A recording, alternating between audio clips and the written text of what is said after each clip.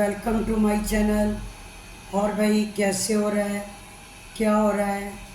आप लोगों को न्यूज़ तो मिली होगी, बरेली में 2 दिन बहुत आंधी तूफान था। लाइट बहुत जगह गिरी, पेड़ गिर गए, मतलब बहुत ज़्यादा रहा। थोड़ा मौसम तो ज़रूर ठंडा हुआ, लेकिन ऐसे ही था। बहुत ज़्यादा गंदा हो गया, मतलब लाइट के लिए, और जो नुकसान लोगों को हुआ। और मैं उस दिन आप लोगों से बोल रही थी कि मैं बड़ी खुश थी, मैंने एग की रेसिपी भी बताई। मैं आप लोगों से बोल रही थी कि चलो मैं अपनी ज़िंदगी के और भी पहलू बताऊंगी, अच्छे बुरे कैसे उभरी। पर मैं क्या बताऊं, मैं जैसे ही आज उठी तो मेरे कज़न ब्रदर, जो कि मुझे मेरी बुआ जी के वो रहते सीतापुर में थे, पर वो मुझे बहुत टाइम से मिले नहीं थे।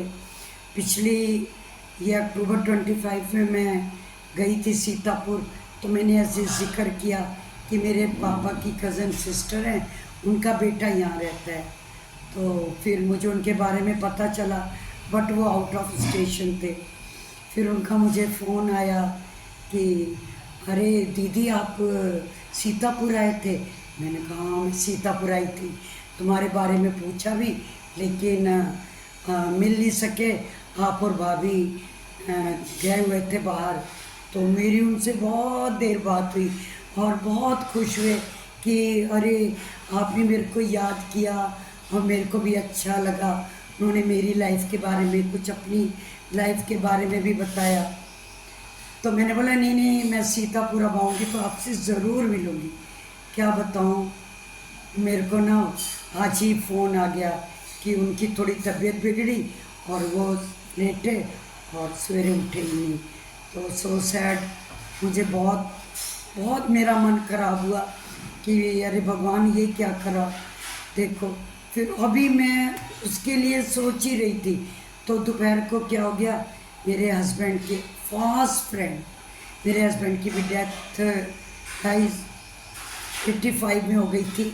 तो जब मैं अपने लाइफ के बारे में बता रही थी, तो मैं अभी उनके साथ जो 2 स्टेशन घूमी उसी के बारे में बताया था। तो मैं आगे आपको और भी बताती।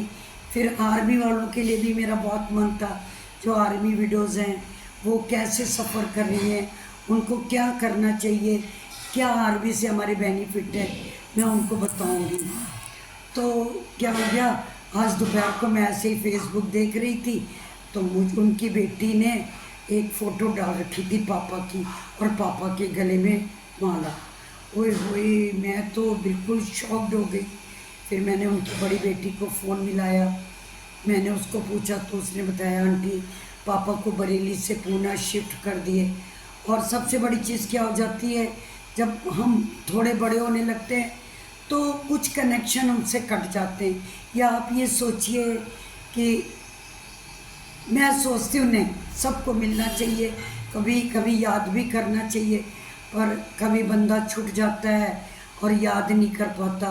तो उसने बोला नहीं, पापा को 3 साल से हम पूना ले आए थे, पापा को लीवर में प्रॉब्लम थी, इधर फिर अभी 9 तारीख को ज़्यादा प्रॉब्लम हो गई और पापा एक्सपायर कर गए। तो मेरे को इतना रोना आया, इतना मन खराब हुआ, क्योंकि मुझे उनसे भी लगता था जैसे हमारे लिए एक सपोर्ट है। क्योंकि वो कभी भी मेरे बच्चों को देखते थे तो रो पड़ते थे, इतनी दिनों के बाद भी, कि मुझे जीत नहीं भूलता, मैं दलजीत को भूल नहीं पाता हूँ। तो गाइस, इससे एक रिलेटेड किस्सा सुनाती हूँ। मेरी मदर इन लॉ बताती हैं कि उनका नाम जसपाल शर्मा। तो मेरी मदर इन लॉ बताती थी कि जसपाल की और दलजीत की इतनी गहरी फ्रेंडशिप थी, इतनी कि मतलब अगर एक को ढूंढना है तो उसको पता कर लो, उसको ढूंढ तो वो कहाँ है, इतना। तो उन्होंने एक किस्सा सुनाया था, मैं आपको शेयर कर रही हूँ कि हाई स्कूल में, आपको पता है सरदार, आज से 60 ईयर्स पहले या 65 ईयर्स पहले एजुकेशन में मोस्टली और खासकर लेकिन सरदारों में माँ बाप इतने अलर्ट नहीं होते, इतनी कोचिंगें भी नहीं होती, सब बच्चे खुद ही पढ़ते हैं। तो उन्होंने बताया कि ऐसे ही हाई स्कूल में दलजीत की सप्लीमेंट्री आ गई। अच्छा, और जो जसपाल शर्मा थे वो उनकी फर्स्ट क्लास आई थी। तो और वो ना थोड़ी देर बाद कोई गया तो वो तो रोए जाए रोए जाए। है सबने पूछा जसपाल तुम क्यों रो रहे हो, तुम्हारी तो फर्स्ट क्लास आई। कह रहे नहीं, वो दलजीत की सप्ली आई है, मेरी भी सप्ली आ जाती। देखो कितना भोला जमा। तो बोले सारे लोग इतना हंसे, होए ये क्या बात है।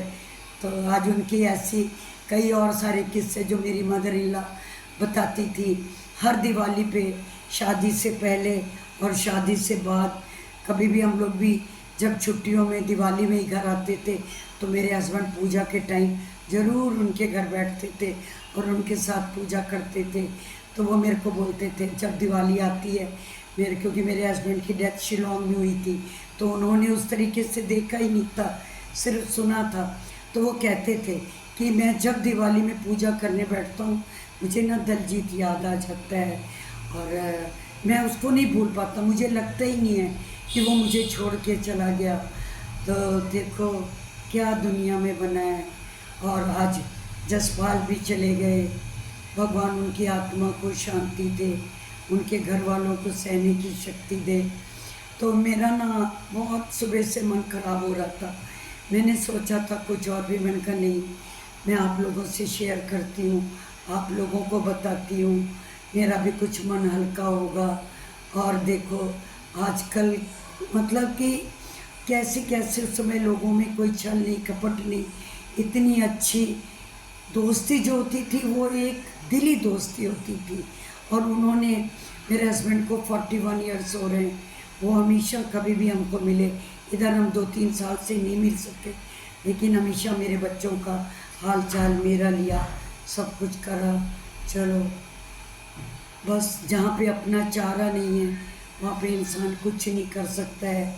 ये भगवान ने ये चीज़ इतनी अजीब बनाई है कि बंदा सोच के भी अपने प्रियों को नहीं, उनके लिए कुछ नहीं कर पाता है, बस हाथ मलता रह जाता है।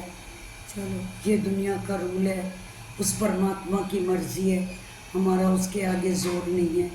चलो गाइस, फिर कल कोई और टॉपिक मिलेगा, मैं बात करूँगी। आप सब हमारे साथ हैं और चलो भगवान सबको कहती हूँ जो चला गया, बाकी सब जगह खुशियाँ दे, सुख दे, शांति दे और सबको अच्छे से रखे। और गाइस आप देखिएगा, बताइएगा मेरी वीडियो कैसी लगी, मेरे साथ शेयर करिएगा, मुझे भी तसल्ली दीजिए। और आप लाइक करिए, सब्सक्राइब करिए, कमेंट्स करिए। चलो आगे जो और कोई विचार मन में आएंगे तो मैं आपसे ज़रूर। Okay bye.